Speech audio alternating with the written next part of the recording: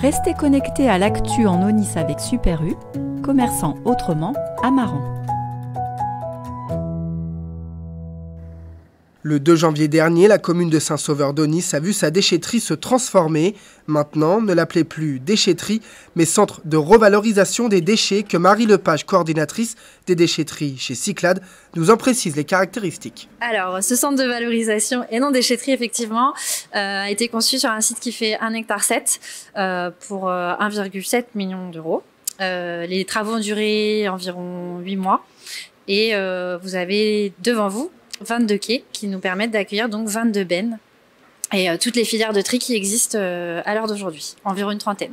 22 bennes au total, mais seulement 19 sont pour l'heure effectives, et ce pour une bonne raison. Le site, en plus d'être adapté à la réalité du tri aujourd'hui, il est complètement adaptable à la réalité du tri de demain, puisque avec les différentes lois de transition énergétique ou encore la loi AGEC, qui est la loi anti-gaspillage, on a de plus en plus de filières de revalorisation qui sortent, et donc pour lesquels il faut qu'on ait suffisamment d'espace pour accueillir demain les bennes et donc les déchets, les futures filières de tri en tout cas qu'on aura sur les sites. Ce nouveau centre était une nécessité pour le territoire. En effet, il n'y avait que 8 bennes disponibles sur l'ancienne déchetterie. Cette déchetterie n'était pas adaptée par rapport à la fréquentation qu'elle accueillait.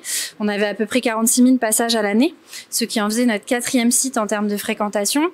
Et on accueillait 4000 tonnes de déchets à l'année, ce qui en faisait notre 3e site en termes de tonnage. Mais elle avait seulement, comme je viens de dire, 8 quais.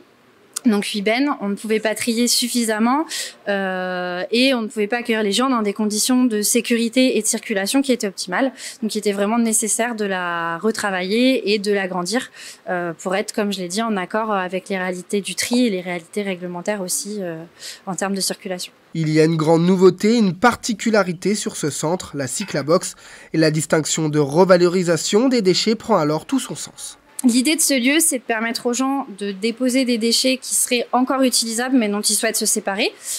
Ça nous permet à nous de leur éviter la benne et de leur offrir une seconde vie auprès d'un autre usager qui passerait par là et qui aurait envie de prendre cet objet. Finalement, j'aime pas parler de déchet parce que c'est pas un déchet, de prendre cet objet pour lui donner une autre vie chez lui, dans son jardin, dans sa maison. C'est un outil de bricolage, un vélo, ça peut être vraiment n'importe quoi. On a tendance à dire ici que les déchets des uns sont les trésors des autres, donc c'est un peu l'idée, c'est donner, prenez. Ouvert à tout public, la Cyclabox n'a cependant pas vocation à remplacer les boutiques solidaires. On continue, nous, avec les associations, d'avoir des partenariats pour mettre de côté des objets dont ils auraient besoin. Donc l'un n'empêche pas l'autre, les deux se complètent très bien. Et effectivement, l'idée, c'est pas de les remplacer, mais bien d'être complémentaires et d'être un service complémentaire. Au total, 3 agents travaillent quotidiennement, 6 jours sur 7. Si la fréquentation est encore difficilement quantifiable, les usagers des différentes collectivités semblent déjà apprécier ce nouvel outil.